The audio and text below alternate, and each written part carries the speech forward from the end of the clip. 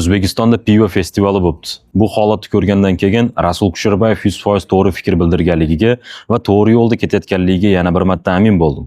Chunki bu holatni ko'rayotgan bo'lsanglar, spirtnoy ichimlikda reklama qilib, qanaqadir konsertlar bo'lyapti. Davlat xodimlari bu holatga qanaqadir cheklov qo'yish o'rniga naborot kelib, bularga sharoit qilib berib, ahrana vazifasini o'tab berishyapti. Bu holatni diniy tomonlama olib qaraydigan bo'lsak ham xato. Qonun tomonlama olib qaraydigan bo'lsak ham xato. Chunki bu yerga 18 ga to'lmagan yosh qiz yigitlar ham kelibdi. Bu yerga kelgan odamlarga ham qoyil qolmadim. Nima maqsadda kelishgan? Konsert ko'rish uchun kelganmi desam, konsert ko'rish uchun boshqa joy qurib qo'yganmidi? Endi Rasul Kusherbayevning sud jarayonida bildirgan fikrini eshitinglar. Turistlar kelib turib, spirtnoy ichimlikni naqd pulga sotib olishimiz problema bo'lyapti desa, ularga qanaqadir sharoit qilib spirtnoy ichimlikni naqd pulga sotib olishiga imkoniyat qilib berishibdi. Lekin xalq borib turib zapravkadan benzinni naqd pulga sotib olishimiz problema bo'lyapti desa, bularga sharoit qilib berishni o'rniga qanaqadir cheklovlar qo'yib qo'yishyapti ekan. Biz mana naqd pul bor. Mana zapravkaga kelganman.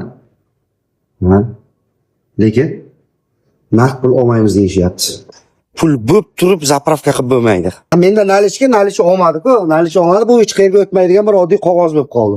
Hali hech narsa quymagansiz, to'g'rimi? Bo'l qaytarib o'zing. Bular spirtnoy ichimlikka sharoit qilib berishayotgan bo'lsa, bular ichadi, kayf qiladi. Ertaga kelgan ko'chaga chiqib turib kimgadir zo'ravonlik qiladi, kimgadir shilqimlik qiladi, ya'ni ziyoni tegadi.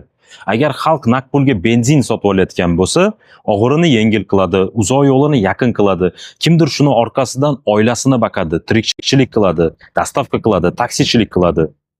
Xo'p, demokratik davlatda yashayapmiz, hammani o'zini haq-huquqi bor deb olib qaragan taqdirimizda ham.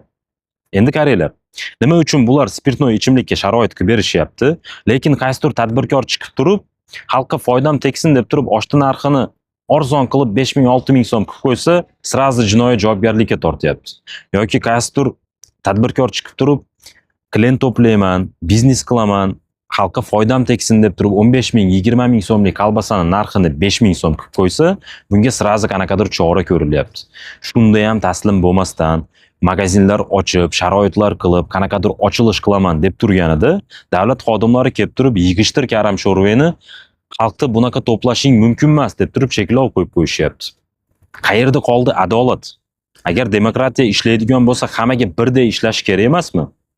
Agar mana shu fikrimga qo'shiladigan bo'lsanglar, like bosib, repost bosib, maksimalni tarqalishiga yordam beringlar. Ajomas shu video kattalarga yetib borib turib, balkim benzinga ham qanaqadir imkoniyat qilib berishsa.